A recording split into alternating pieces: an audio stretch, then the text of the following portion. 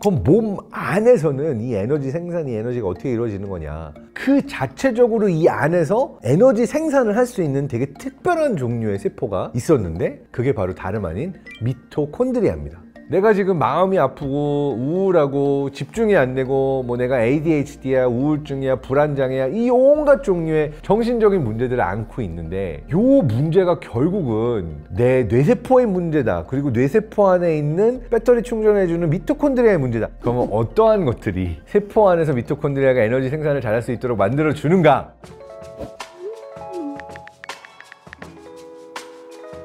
안녕하세요, 뇌과학 박사 장동선입니다. 오늘 가져온 주제는 우리 뇌의 에너지에 대한 얘기를 하려고 합니다. 사실 오늘 이야기의 중심에는 브레인 에너지라는 책이 있습니다. 크리스토퍼 팔머 교수라는 분이 하버드 의대 정신의학과에서 15년 넘게 연구하고 실제로 환자들을 다루면서 약간 충격적일 수 있는 새로운 가설을 제시한 책을 가져왔습니다. 그냥 제목만 보고는 사실 약간 뭐야 이거 사이비 아니야? 뭐 또 우주의 에너지를 받아서 너의 뇌에 넣어라, 과학적이지 않은 내용을 괜히 뇌과학에 접목시키려고 한 게 아닐까 라고 생각했었는데, 언뜻 보고 우려했던 거랑은 반대로 이 책에서는 에너지라는 개념을 물리학적으로, 연력학적으로, 생물학적으로 굉장히 심도 깊게 다루면서 정말 과학적으로 뇌가 어떠한 형태로 에너지를 사용하고 왜 뇌의 에너지가 중요한가 라는 얘기를 하고 있어요. 사실 우리의 뇌가 경험하고 있는 정신적인 문제들이 에너지 결핍 문제로 설명할 수 있지 않을까라고 하는 이야기를 하고 있습니다. 이게 되게 흥미롭습니다. 당연히 나 좀 정신적으로 지금 요새 힘들어서 에너지가 없어 이렇게 생각할 수도 있지만, 내가 정말로 피지컬하게 생물학적으로 세포 레벨에서 에너지가 없기 때문에 많은 정신적인 문제들이 생겨나는 게 아닐까, 이렇게 거꾸로 질문을 할 수도 있는 거죠. 이 책은 바로 요 두 번째 질문을 하고 있습니다.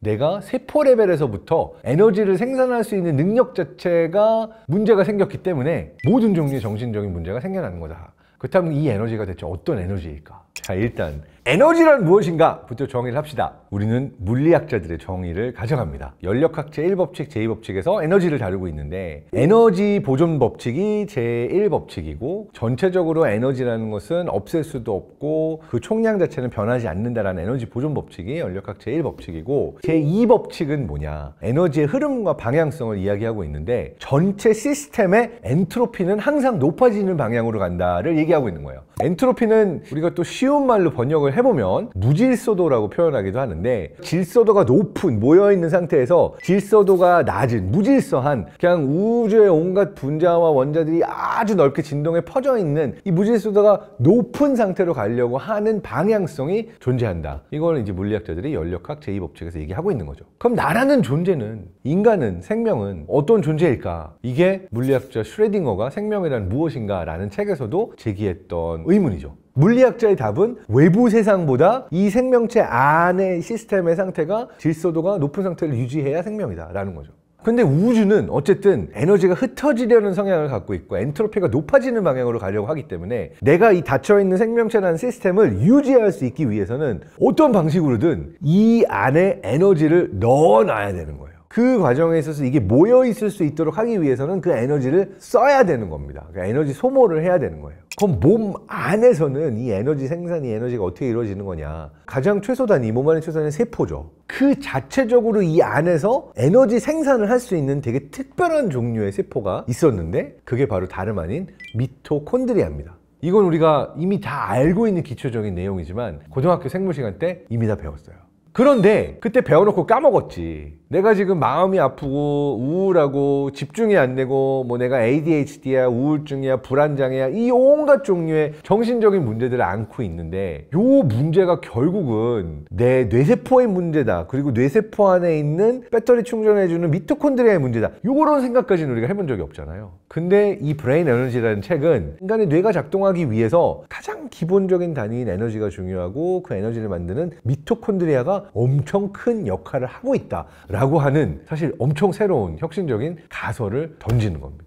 왜 굳이 정신질환이라는 거를 미토콘드리아까지 들여다보면서 설명을 해야 될까? 그 이유는 사실 정신질환의 원인, 정신질환의 치료, 이거에 대해서 완벽하게 모두가 동의하는 어떤 솔루션이 나와 있지 않다라는 문제가 있기 때문이에요. 근데 사실 모든 병의 치료는 두 가지 방식이 있어요. 그러니까 병을 만든 근본적인 원인을 없애는 것과 그냥 증상 자체를 완화시켜주는 두 가지의 접근법이 다 존재합니다. 그런데 정신질환의 경우가 좀 특별한 게 이 증상을 완화시키는 대증요법이라고 하는 게 메인이에요. 왜냐하면 많은 경우에 왜 정확하게 이 질병이 생겼는지를 알기 어렵다. 그러니까 치료하기도 어렵다는 문제가 있는 거죠. 구체적으로는 세 가지 포인트를 듭니다. 첫 번째는 뭐냐? 헤테로제니티라고 부르는 똑같은 증상명을 가지고 있지만 굉장히 다양하게 표현이 된다는 거예요. 무슨 얘기냐? 우울증이 다 똑같은 우울증이 아니에요. 누구는 잠을 더 많이 자고, 누구는 잠을 못 자고, 누구는 더 많이 먹고, 누구는 아예 못 먹기도 하고, 이게 신체적으로도 뭐 이렇게 발현되는 것들이 저마다 사람들이 다 달라요. 누군가는 이게 신체적인 뭐 대사 호르몬의 부족으로 생겨나기도 하고, 누군가는 굉장히 충격적인 사람과 사람 사이의 관계에서의 어떤 시련이나 배신의 아픔 때문에 우울증이 발병하기도 하고, 그러니까 이게 너무 다양한 원인들과 그리고 이 증상이 발현되는 방식들이 있다 보니까 이 다양성들을 우리는 다 묶어서 이건 우울증 같은데요, 이거는 ADHD 같은데요 라고 그 증상들을 체크하는 설문과 테스트를 통해서 일단 진단명 우울증이다 라고 넣긴 했지만 이게 다 같은 우울증인가 라고 하는 부분에 대한 의문이 정신의학계에는 존재를 하는 겁니다.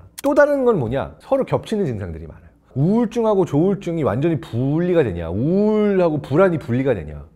ADHD를 앓고 있는 사람에게 우울이 없냐? 이러면은 사실은 서로 다른 종류의 그 진단명을 갖고 있는데 그것들이 겹쳐가지고 복합적으로 나타나는 경우들이 많죠. 마지막으로 이 근본적인 원인은 구체적인 메커니즘을 알지 못하기 때문이죠. 자, 그렇다면 정신질환이라는 게 왜 생겨나는 걸까라고 하는 거에 대해서 이 책의 저자인 팔머 박사는 자동차 3개를 들고 비유를 해요. 첫 번째 차는 캘리포니아 같이 대부분 햇살이 짱짱한 동네에서 아스팔트 도로 잘 깔린 곳에서 잘 달리는 차예요. 큰 문제가 있을 리가 없죠. 출고되고 나서 큰 고장 없이 늘 잘 달립니다. 두 번째 차는 알래스카 같이 좀 극한의 환경, 엄청 춥기도 하고 눈비 내리고 도로가 얼기도 하고 이런 곳에서 차가 다니긴 좀 어렵지만 그래도 얼은 도로를 달리려면은 뭐 체인을 단다든지 와이퍼가 얼지 않도록 스프레이 같은 거 뿌려준다든지 히터 빵빵하게 나온다든지 이러면 차가 좀 더 힘든 상황을 달려야 되긴 하지만 차를 잘 타고 다닐 수 있습니다. 세 번째 상황은 어디냐? 대한민국을 가정해 볼게요. 어딘가 뭐 캠핑 가기 좋아하고 막 비포장도로도 달리기 좋아하는 차입니다. 근데 이 차가 좀 희한해요. 가끔 막 햇볕 짱짱한 날도 갑자기 막 와이퍼가 풀로 막 들어오면서 유리창을 끓는 소리가 막 나면서 이 와이퍼를 멈추지를 못하고 또 막 갑자기 엄청 추운 날 에어컨이 풀로 나와가지고 너무 추워가지고 막 덜덜덜 하면서 달려야 되고 이 상황에 맞지 않는 이상한 반응을 보이는 차인 거죠. 그럼 이 차는 사실 제대로 도로를 달리기가 어려울 겁니다. 근데 팔머 박사는 바로 이 세 번째 차가 정상적으로 작동하지 않는 사람의 뇌를 표현하고 있다라고 얘기를 하는 겁니다.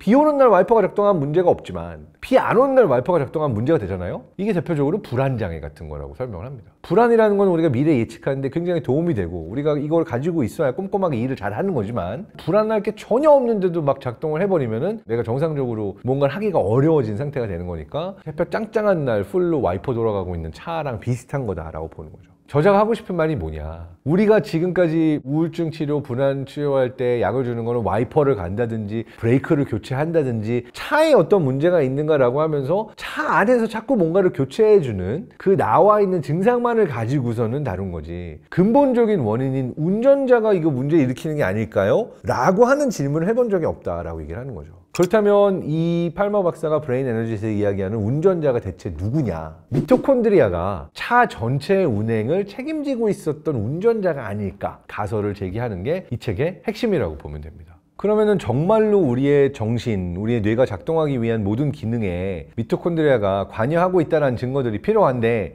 실제로 최신의 연구 결과들이 재밌는 사실들을 보여주더라고요. 대표적으로 우울증 환자들의 뇌를 봤더니 미토콘드리아가 정상적으로 작동하지 않고 있다라고 하는 연구 결과들이 꽤 많이 나와 있습니다. 자, 그렇다면은 우리가 인위적으로 미토콘드리아가 좀 더 활성화될 수 있도록 도와주는 물질을 주입하면 미토콘드리아가 더 잘 작동하게 되면서 우울증이 좋아지게 되는 걸까? 라고 거꾸로 실험을 해보려고 했는데 실제로 쥐에서 미토포신2라고 하는 단백질을 통해서 이 미토콘드리아가 제대로 잘 작동할 수 있도록 외부에서 주입해서 높여줬더니 미토콘드리아가 제대로 작동하고 에너지 대사가 잘 이루어지면서 우울증과 불안과 같은 증상들이 싹 다 사라지고 치료가 됐다라는 걸 보여주는 거죠. 자, 그래서 결과적으로 저자가 주장하는 것은 모든 정신질환은 결국은 미토콘드리아로 인해서 생겨나게 되는 뇌의 일종의 대사증후군이다. 결과적으로 내가 정신질환을 극복하고 건강해지기 위해서는 미토콘드리아를 다시 활성화시키고 몸의 세포에서 미토콘드리아가 에너지 생산을 제대로 할 수 있도록 만들어주면 모든 게 해결되지 않냐. 그러면 어떠한 것들이 세포 안에서 미토콘드리아가 에너지 생산을 잘할 수 있도록 만들어주는가? 식단 조절, 수면, 운동, 그리고 스트레스 관리. 결국 기본이 중요하다. 이 중에서 한 가지를 조금 더 흥미롭게 살펴본다면 식단 조절이 흥미로웠어요.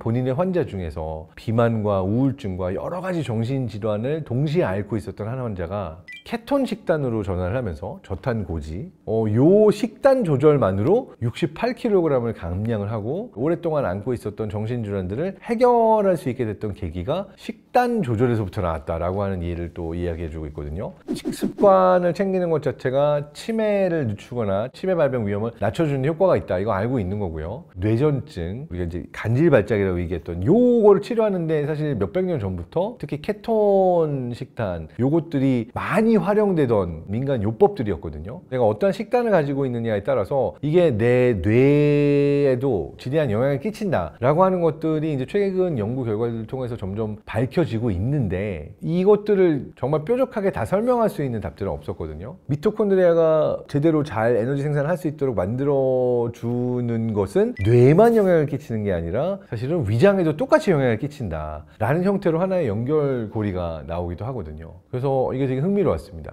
자, 그렇다면 이 책을 읽고 저의 아주 솔직한 의견은 뭐냐? 뇌과학자 입장에서는 매우 흥미롭죠. 미토콘드리아 기반으로 해서 모든 정신질환은 일종의 뇌세포의 에너지 대사 질환이다 라고 이야기하는 가설이 약간 충격적이기도 하고 신선하고 새롭지만 말이 안 되는 건 아니고 정말로 모든 것들이 이걸 해결되고 설명될 수 있다. 그래서 이 생물학적인 메커니즘을 잘 규명해서 우리가 지금까지 힘들어하던 많은 것들을 해결하는 데 이게 도움이 될 수 있다라고 한다면 대단한 이론이 될 것 같기는 합니다. 개인적인 생각은 아직까지는 좀 더 많은 연구가 필요하고 시간을 두고 이 가설이 약속하고 있는 것들을 정말 지켜올 수 있을지, 그래서 정말로 더 좋은 치료법들과 우리가 정신질환을 극복할 수 있는 메커니즘에 이 가설이 도움이 될지 조금은 더 지켜봐야 된다라고 하는, 개인적으로는 좋은데 그치만 한번 두고 보겠어 라고 하는 생각으로 봤던 책이긴 합니다. 사실 이 책은 벽돌책에 가깝습니다. 두껍고 내용이 굉장히 많이 담겨 있어요. 그래서 오늘 저희 영상에서 책의 모든 내용들을 다 설명하지는 못했고요. 만약 이 영상을 통해서 궁금증이 생기셨다면 책을 더 읽어보고 여러분이 더 많은 인사이트를 가져가도 좋겠다라고 생각이 됩니다. 우리의 뇌가 늘 새로운 시각과 새로운 관점에 열려있는 것이 굉장히 중요한 것 같습니다.